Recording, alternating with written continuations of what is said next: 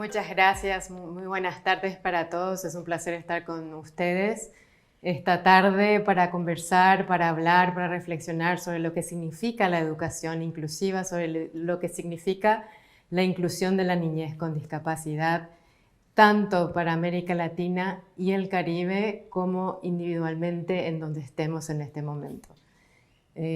Las personas con discapacidad ya se encuentran entre las más marginadas y excluidas entre todas las personas que conforman este continente. Esto es particularmente cierto para los niños, las niñas y los adolescentes con discapacidad, especialmente en el contexto de la educación. El artículo 24 de la Convención de los Derechos de las Personas con Discapacidad reconoce el derecho a la educación inclusiva con el objetivo de garantizar el desarrollo de la personalidad, los talentos, la creatividad, las capacidades mentales y físicas a su máximo potencial.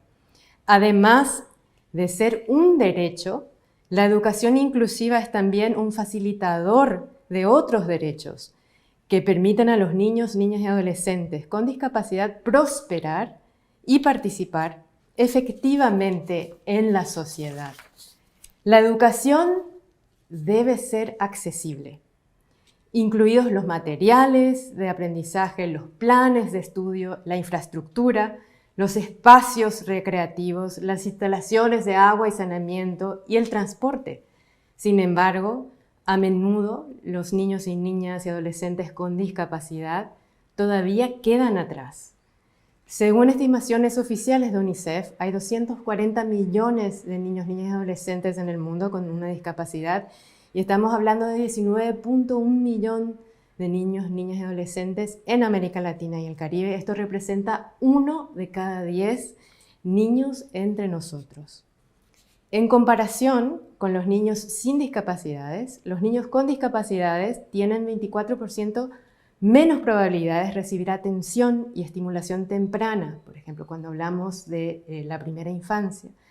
El 42% menos probabilidades de tener habilidades básicas de lectura y aritmética, es decir, que no están recibiendo la educación de calidad en la escuela que les permita acceder a la lectura y a la escritura y a las matemáticas comprensivamente. El 49%, o sea, casi la mitad, más probable de no haber asistido nunca a la escuela. 47% más de probabilidades de no terminar la escuela primaria, 33% más de probabilidades de no haber terminado la escuela secundaria y acabamos de decir que la mitad se encuentra fuera de la escuela. Tienen, y esto es algo que siempre me conmueve cuando hablamos de datos, el 51% más de probabilidades de sentirse infeliz. Y ese es un dato que para nosotros nos mueve, nos conmueve y como educadores tenemos que pensar qué significa esto para la escuela.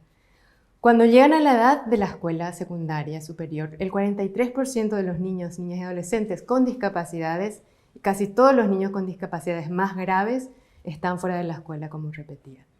La falta de acceso a una educación para un aprendizaje de calidad sigue siendo uno de los más grandes desafíos para las niñas, para los niños, para los adolescentes con discapacidad.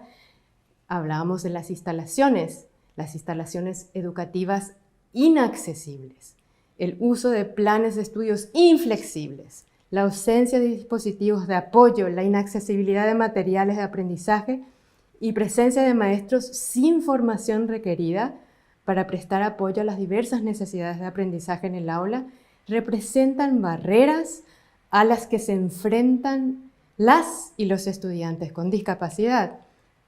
Pero nuestras mayores barreras para el desarrollo y la expansión de los sistemas educativos inclusivos y en última instancia la creación de un cambio social que abarque a todos, es que realmente el estigma y la discriminación que persiste en nuestras escuelas, que persiste en nuestro actuar profesional como docentes, por ejemplo, en el aula, que en el fondo pensamos que los niños con discapacidad, que las niñas con discapacidad, que los adolescentes con alguna discapacidad no pueden aprender. Este estigma, esta discriminación realmente hacen que esos prejuicios, que son poco sólidos, esas creencias vinculadas a esa creencia profunda de que los niños no puedan aprender, imposibilitan y crean la barrera para una educación inclusiva. Entonces, esta falta de asociación que ha mantenido nuestras mentes cerradas a las vastas habilidades y recursos sin explotar que las niñas y los niños con discapacidades pueden contribuir para la creación de una sociedad que no podemos concebir porque en este momento aún no estamos participando en una sociedad inclusiva, en una comunidad donde la diversidad no sea solo incluida, sino sea respetada en todos sus derechos, es fundamental para que hablemos de una sociedad inclusiva, de una educación inclusiva.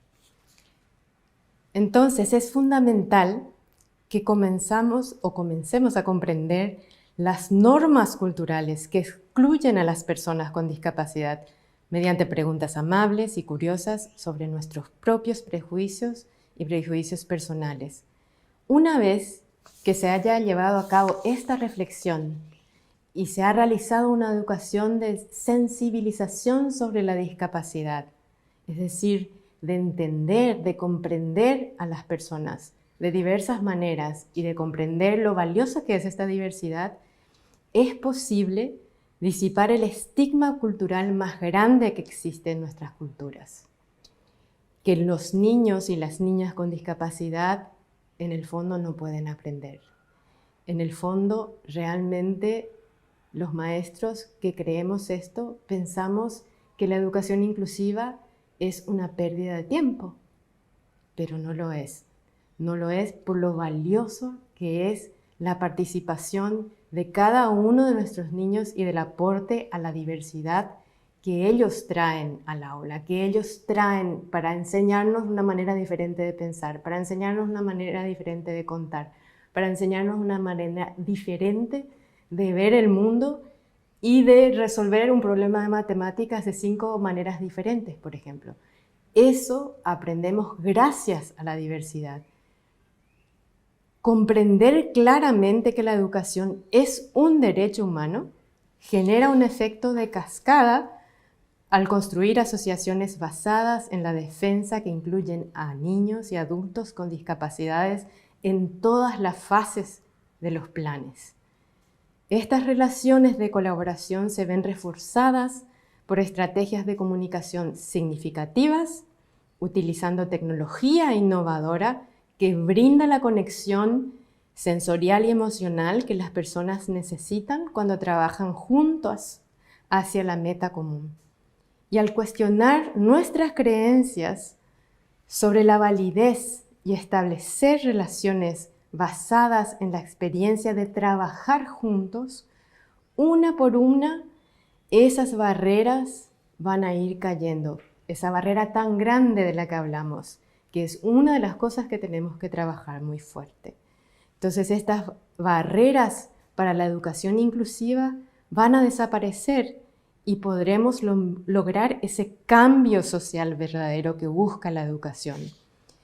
Todos los niños, todas las niñas pueden aprender y se les debe dar la oportunidad de alcanzar su máximo potencial humano, su máximo potencial académico. UNICEF trabaja junto a sus socios para hacer que los derechos de los niños que están reflejados en los Objetivos de Desarrollo Sostenible, específicamente en el Objetivo de Desarrollo Sostenible número 4, que habla de la educación inclusiva de calidad. UNICEF trabaja para que sea esto una realidad, para que todos los niños, creando materiales didácticos accesibles para estudiantes con y sin discapacidad, puedan alcanzar su máximo potencial, puedan leer juntos, niños con y sin discapacidad. Y ahora más que nunca Es crucial trabajar juntos para garantizar la educación inclusiva, para que esta educación inclusiva se convierta en una realidad, para que, como dije anteriormente, niños con y sin discapacidad aprendan y jueguen juntos. Entonces, espero que juntos trabajemos por esa sociedad más inclusiva, en donde aprender desde la diversidad sea una realidad de aquí en adelante.